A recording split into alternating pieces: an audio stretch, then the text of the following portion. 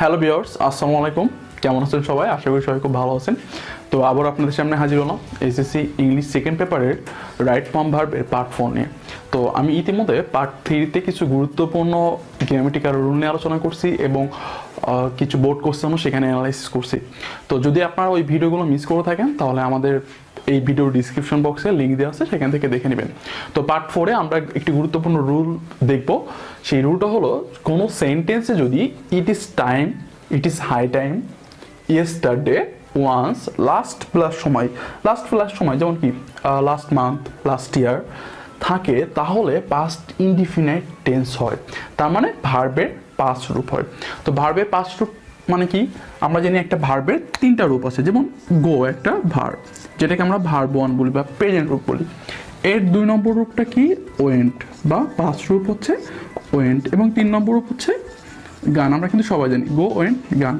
তো আমার যদি সেন্টেন্সের মধ্যে it is time, it is high time, yesterday, once বা লাস্ট সময় থাকে, তাহলে সেখানে আমার কোন ভার্বটা নিব? ভার্বের 2 নম্বর ফর্ম, মানে ভার্বের পাস্ট রূপ।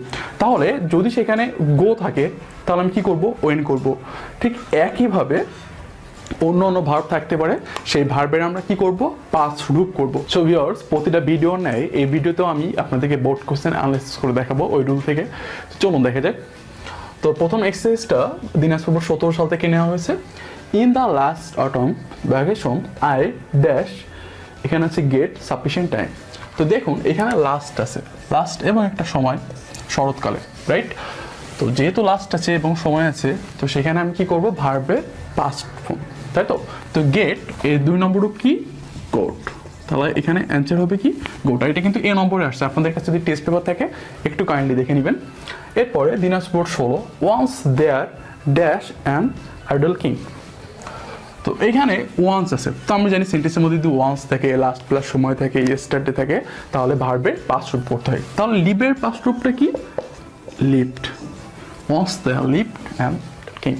এরপর it is high time we dash air pollution. তো আছে চেক।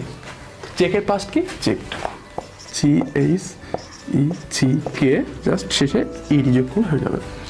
তো এই ছিল রাইট ফর্ম ভার্বের পার্ট 4। আমি আর 2টা পার্ট নিয়ে আলোচনা করবো, পার্ট 5 এবং 6।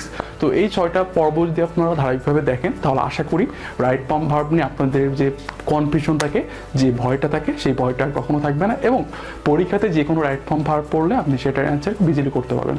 তো যদি আজকে ভিডিওটা ভালো লেগে থাকে, এই ভিডিওতে লাইক করবেন এবং কমেন্ট করবেন। তাছাড়াও আপনার বন্ধুদের সাথে একটু শেয়ার করবেন। ধন্যবাদ সবাইকে।